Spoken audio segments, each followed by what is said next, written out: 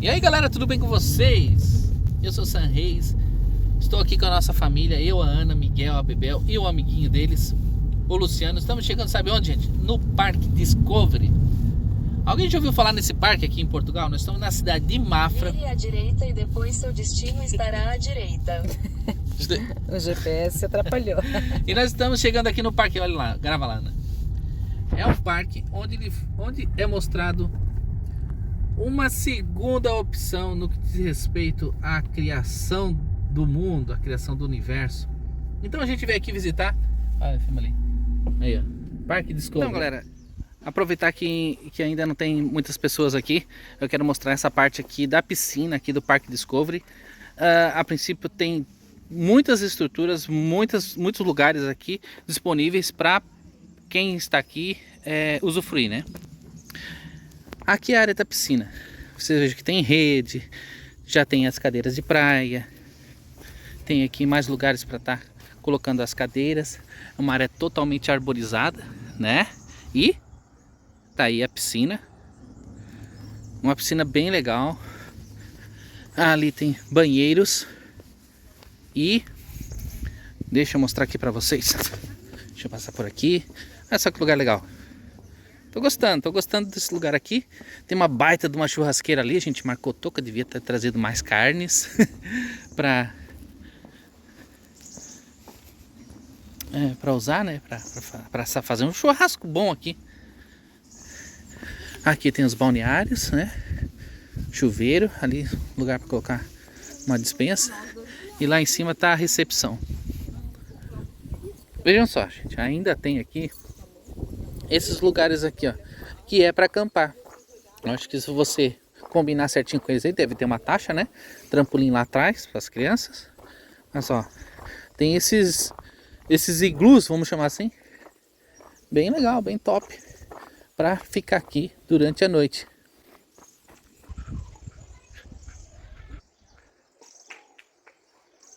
Dá para perceber que tem bastante pessoas já aqui, né? Já tem bastante pessoas lá, já escutei um grande barulho lá. Parece que já tem um grupo de 50 pessoas. O nosso grupo tem mais ou menos 20 pessoas. E estamos bem felizes. Vamos começar a nossa caminhada por aqui. Primeiro a gente vai ali na recepção, no local onde foi escolhido para nós ficarmos. A gente deixou nossas bolsas lá com a nossa água, nossa comida. E a gente está esperando. Ah, já chegou já ali os nossos... as pessoas, né, que chegaram agora ali, mais amigos. Agora o grupo está completo. Nós vamos fazer o pagamento e começar o roteiro.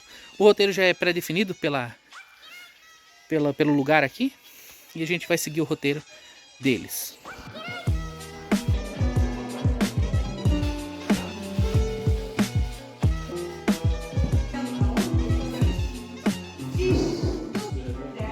Agora a gente vai sair para fazer o roteiro específico aqui do lugar. E tem mais um ambientezinho, ó, para estar bem aí. Tem ali um joguinho aqui, ó, para as crianças, mas é para os adultos que gostam daqui, né? Aqui tem mais um forno, que quem quer fazer qualquer coisa. Ali tem um banheiro. E nós vamos agora, essa área aqui foi reservada para nós, ó. Então vamos acompanhar essa turma na caminhada que começa agora. Aí a churrasqueira, gente. Eita, é dessa churrasqueira que são boas. Então começa o nosso passeio aqui. Ali tá o nosso grupinho, ó. Tá ali o Cláudio, tá o Portugal Bagual. Quem não conhece aí, se inscreve no canal lá, canalzinho do YouTube ali do Felipe e da Rose. Portugal Bagual, tá bem? Tá ali a Ana, tá o Vitor, a Valesca, também tá ali o João Pedro, a Viviane e suas filhas, Ana Paula, né? O João Aline. Tá uma galera aí, gente. Vamos lá, vamos começar.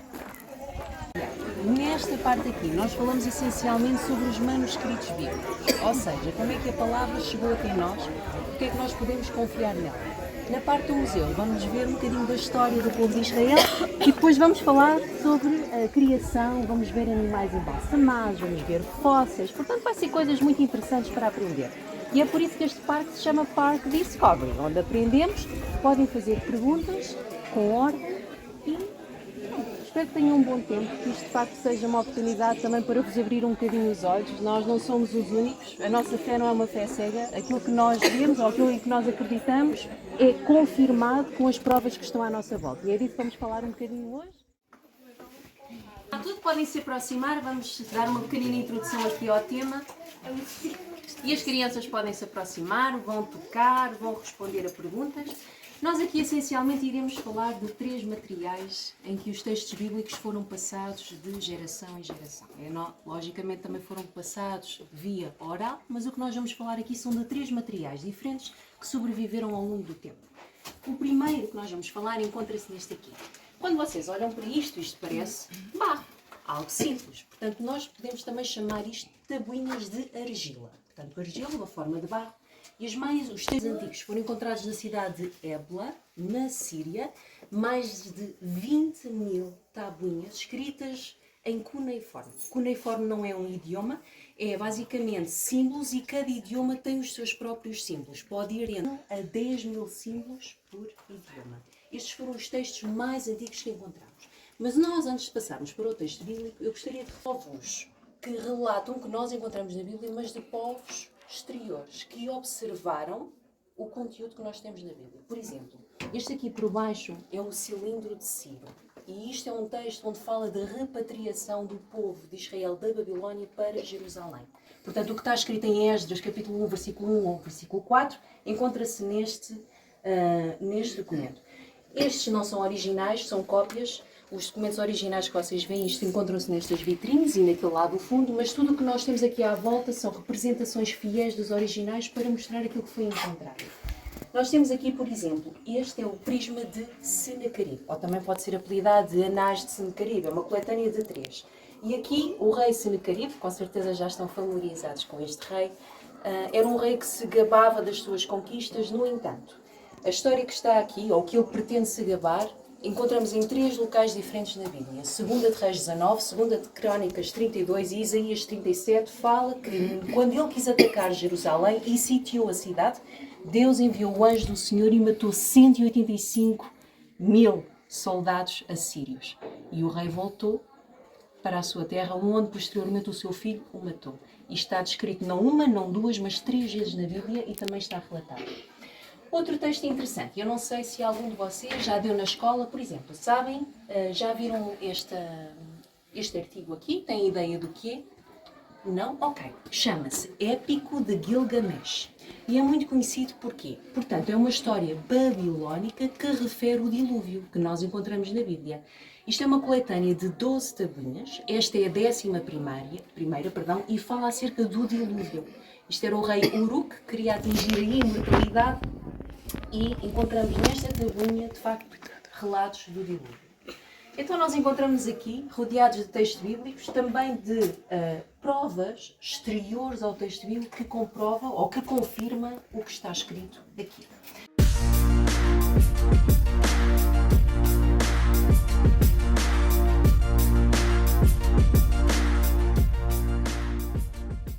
Então, gente, olha só que legal vir aqui e conhecer esse tipo de material. Aqui nós temos os manuscritos mais antigos do Velho Testamento. São fragmentos de escrituras, isso aqui são cópias, né, das escrituras, mas fragmentos que mostram trechos do que foi escrito no Antigo Testamento. Então aqui, olha só, aqui o rolo de guerra. Olha aqui diz Papiro Nash. Né, o papiro Nash, até a descoberta dos manuscritos do Mar Morto, esse papiro era considerado o manuscrito mais antigo da Bíblia. Esse papiro aqui. Olha aí, que legal. Aqui nós já temos os manuscritos, né?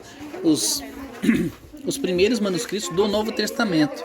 Esses pedacinhos da Bíblia, vamos dizer assim, eles são encontrados em um número muito grande, podendo chegar até 25.000 fragmentos desse tipo. E o interessante desses fragmentos é assim, ó. Aqui nós temos um fragmento do livro de João, tá?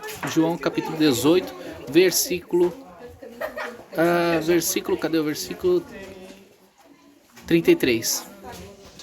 O interessante é que aqui nesse fragmento é exatamente o que contém nessa passagem da Escritura. E o que está aqui em amarelo é justamente o que está nesse fragmento.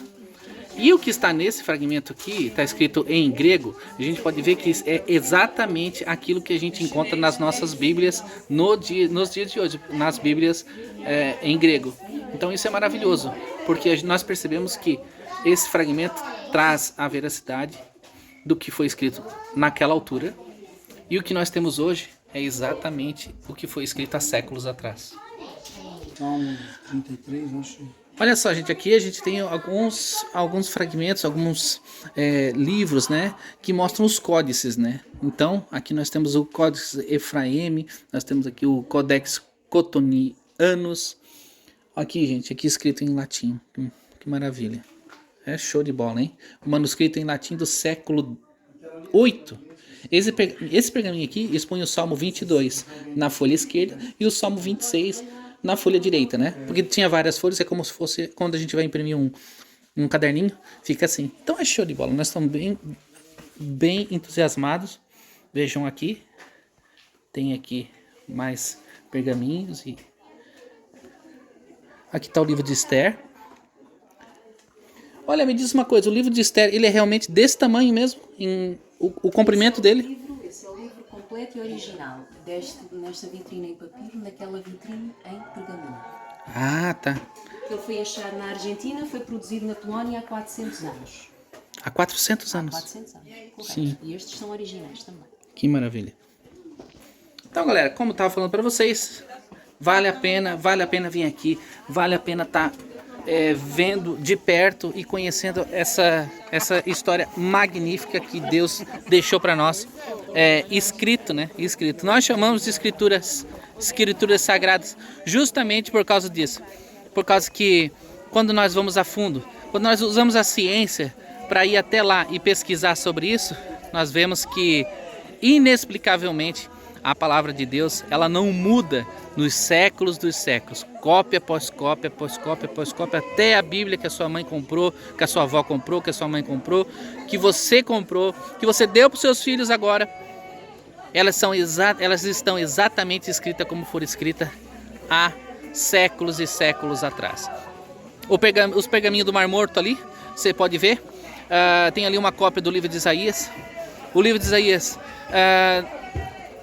ele mede mais ou menos 7 metros de comprimento, né? E ao fazer a comparação do que foi achado no pergaminho, no Mar Morto, lá no início do século 20, ao comparar com o que nós líamos e lemos nas nossas Bíblias hoje, puderam verificar que mudava exatamente coisas pequenas, mas que não mudam o contexto do texto. Por exemplo, quantas pessoas hoje conhecem um lugar que era chamado de um nome há 50 anos atrás, mas que agora mudou de nome, né? Existem lugares no Brasil que receberam o nome do Pelé há pouco tempo. Se perguntar para uma pessoa de 40, 50, 60, 70 anos, perguntar para ela como é que se chamava aquele lugar ali, elas iam dizer outro nome, não Rei Pelé, né? A mesma coisa nos pergaminhos, a mesma coisa nas escrituras. O que muda são pequenas coisas que não mudam o contexto, nome de lugares, nome de regiões, o jeito ou a forma como as pessoas diziam que se chamava aquela determinada pessoa, aquela determinada tribo. Então isso está bem legal. Agora a nossa excursão está entrando aqui. Vamos ver o que é aqui. É um auditório, tá aqui, a galera tá tudo aí, ó.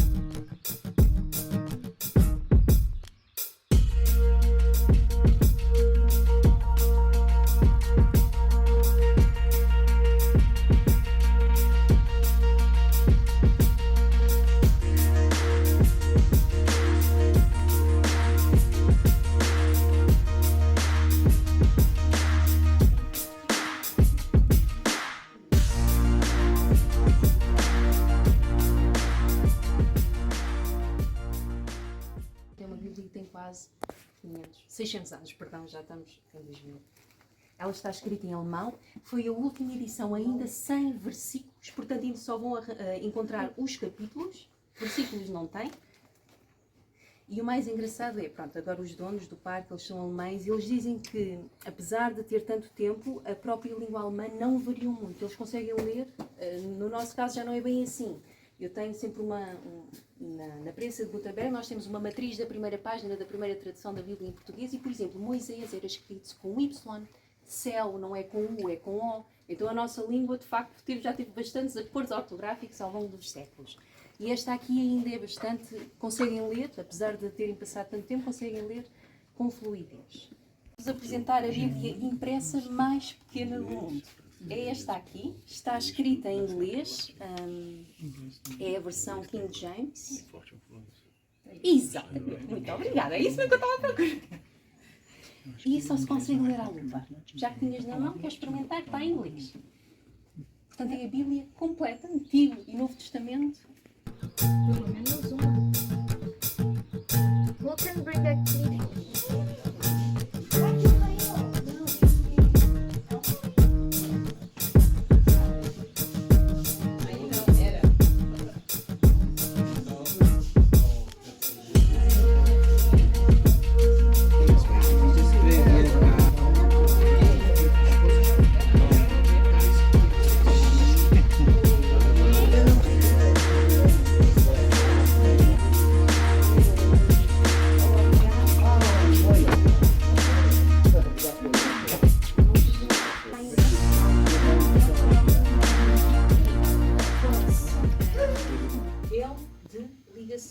São tudo deduções e eles ainda continuam a chamá-lo de missing link, de L desaparecido, porque ainda não foi encontrado.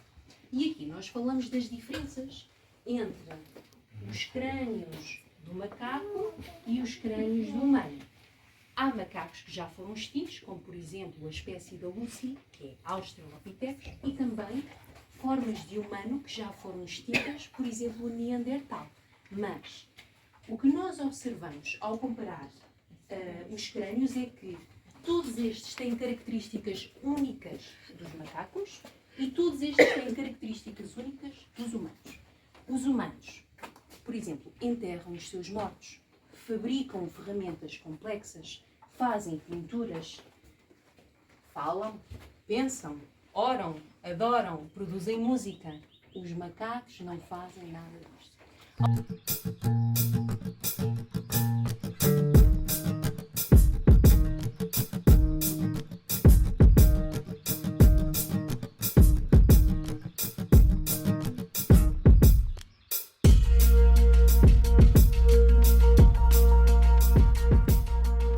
Na realidade, nós observamos isto. Um peixe morre, em menos de 24 horas ou é comido ou é transformado no ciclo dos materiais e decompõe-se. Estamos a falar com apenas um único tipo. E tudo o que vocês vão ver aqui são provas de que os fósseis, na realidade, são formados em eventos catastróficos. O que é que isto significa? Significa que são formados a partir de terremotos, maremotos, tsunamis, vulcões, tudo o que é uma catástrofe tem a potencialidade de criar um fóssil. No topo da montanha. Portanto, nós acreditamos que durante o dilúvio nós temos fortes indícios de que as placas tectónicas mexeram-se de uma forma tal que a divisão dos continentes, em vez de 2,5 cm a 3 por ano, que é o que acontece hoje em dia e é medido através de GPS, de satélite, na altura houve uma diferença ou uma transformação de 8 km por hora. Olha, muito interessante mesmo, né? Essa parte aqui do passeio, da excursão aqui no Parque Discovery. Muito interessante. Muita informação que eu acredito que todo aquele que crê em Deus, no Deus dos hebreus, no Deus cristão, deveria sim estar aqui e vir aqui num parque como este, né? Para obter conhecimentos e também conseguir tocar em coisas que a gente só conseguia saber que existia através de livros, através da Bíblia. E é muito interessante para aprendizado, para as crianças saberem que existe uma outra versão da fundação do mundo, da criação do mundo, do início da vida.